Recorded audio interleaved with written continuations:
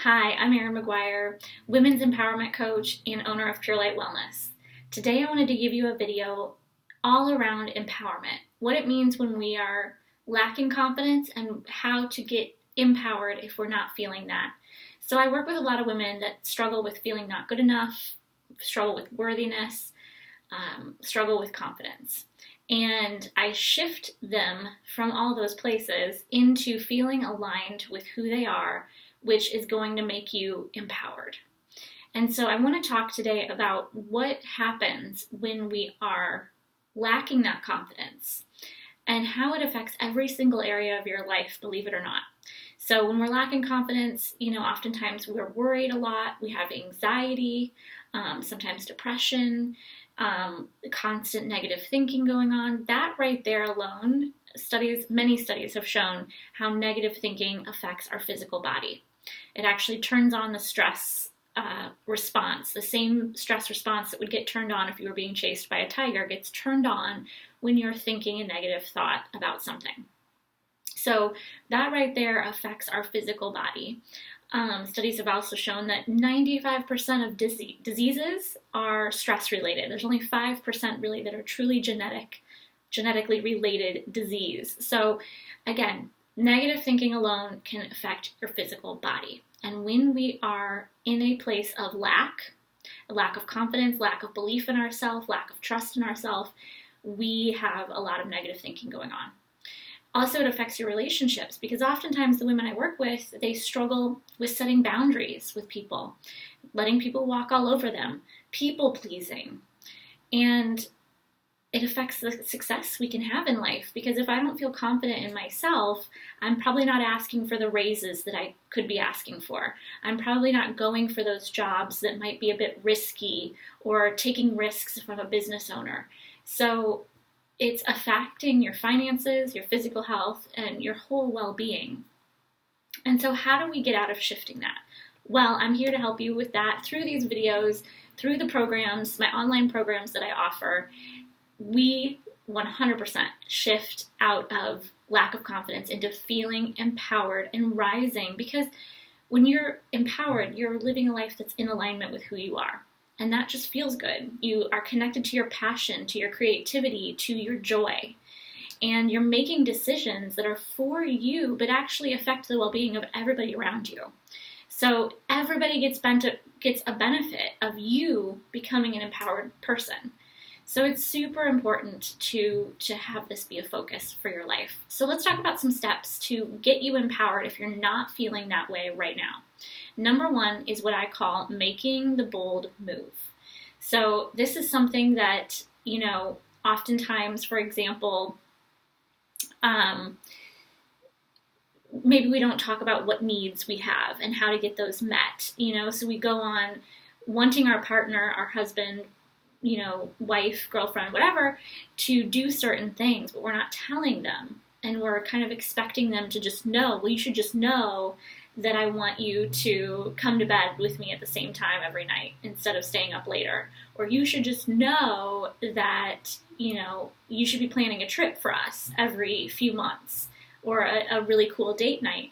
And then when that person isn't meeting those expectations, then we're upset. And so instead, making the bold move is asking for those needs to be met and why they're important to you, which is a really important step in asking.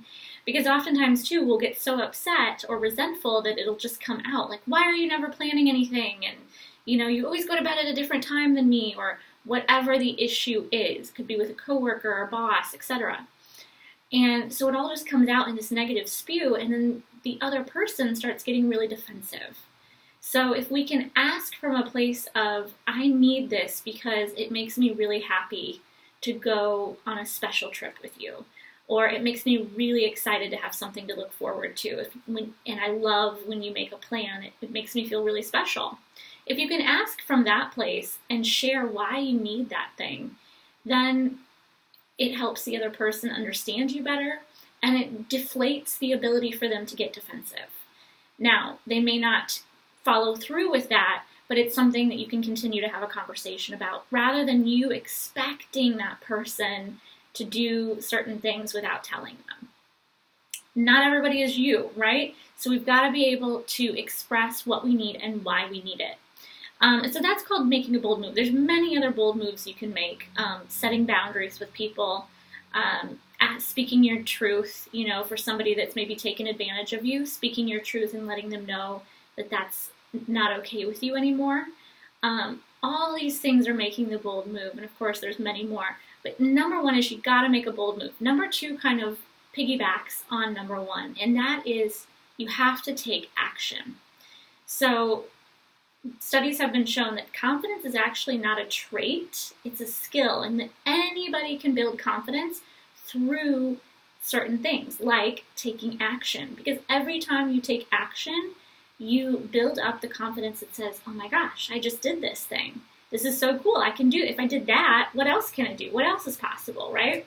So for instance, like I said, making those boundaries with people, sitting down and writing. Let's say your goal has been to write a book for many, many years.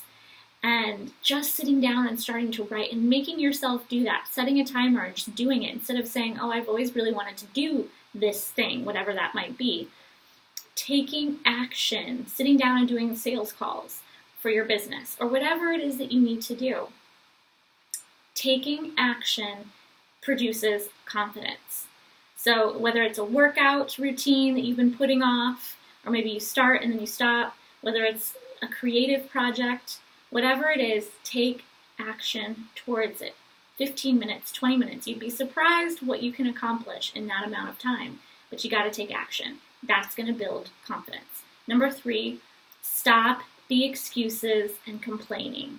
Okay, complaining actually holds you, and excuses, they hold you to the place you don't really want to be. So it's kind of a self-fulfilling prophecy, right? We complain about something. I'm so tired of, my partner doing this.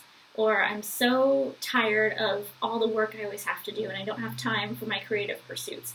Whatever it is you're complaining about, or I'm so exhausted I don't feel like working out after work.